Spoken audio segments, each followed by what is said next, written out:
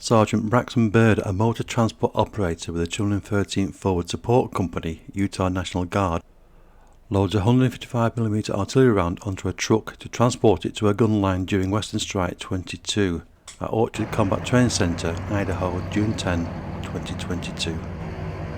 Meantime, M109A6 Paladin Crews from 1st Battalion, 145th Field Artillery Regiment, 65th Field Artillery Brigade, Utah National Guard, start engines and move to positions on the training field.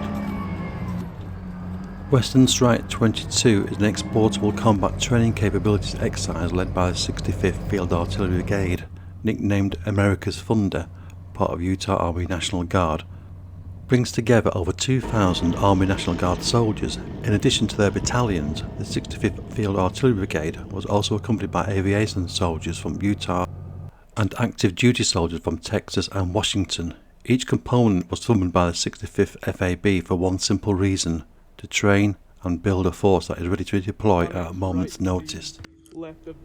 The footage today focuses on M109A6 Paladin Crews, who are operating through desert terrain conditions, which is one of the features of the 143,000-acre Orchard Combat Training Center. Operating in daytime temperatures of 27 degrees Celsius and nighttime temperatures of 14 degrees Celsius with no rainfall, the dust was ever present, confirming the training center's reputation for providing realistic and challenging conditions. The crew of 4, a commander, a driver, a gunner and a loader, are to a point protected by its light armour. It can protect the crew from small arms fire, but is very vulnerable to counter battery fire. The Paladin crew rely on the self-propelled artillery shoot and scoot capability and accurate firing tactic. When the M109A6 Paladin fires the first round from the move, usually within 30 to 60 seconds, the crew know it's very likely every time you fire a round, the enemy can zero in on your position and fire back.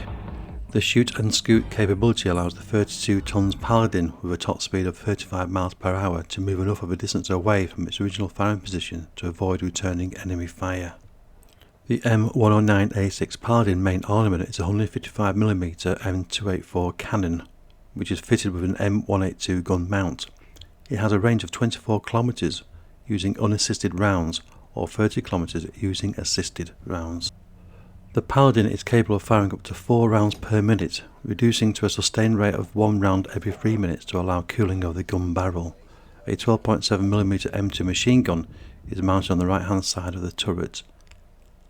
The howitzer can carry 39 155mm rounds and is supported on the field by M109A2 Field Artillery Ammunition Sport Vehicles. Built on the chassis of the M109 series howitzer, the ammunition vehicle has no turret but has a taller superstructure to store 90 to 95 rounds. In 2013, BAE Systems were awarded a contract to upgrade M109A6 Paladin to the A7 standard, including updating the M992A2 to the A3 standard. US Army units began receiving the new Paladin in 2018.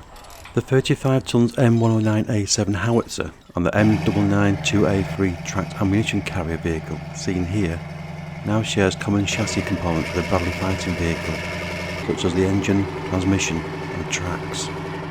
The M109A7 howitzer features improvements to the gun's accuracy and velocity consistency. It can sustain a 1 round per minute rate of fire and a maximum rate of fire of 4 rounds per minute. One feature is the M109A7 is capable of using new projectiles, like the rocket boosted and GPS guided M982 Excalibur. Previously trialled with the M109A6, it's at an effective range of about 40 kilometers or 25 miles. Both vehicles have gone through an extensive modernisation programme to improve size, weight, power, cooling, readiness, force protection and survivability. It's anticipated the upgrade will keep the M9 platforms operational through 2050. The first National Guard unit to receive the upgraded Paladin was the North Carolina National Guard, Field Artillery, May 24, 2021. No news as of yet if or when the Utah National Guard will receive the A7 upgrade.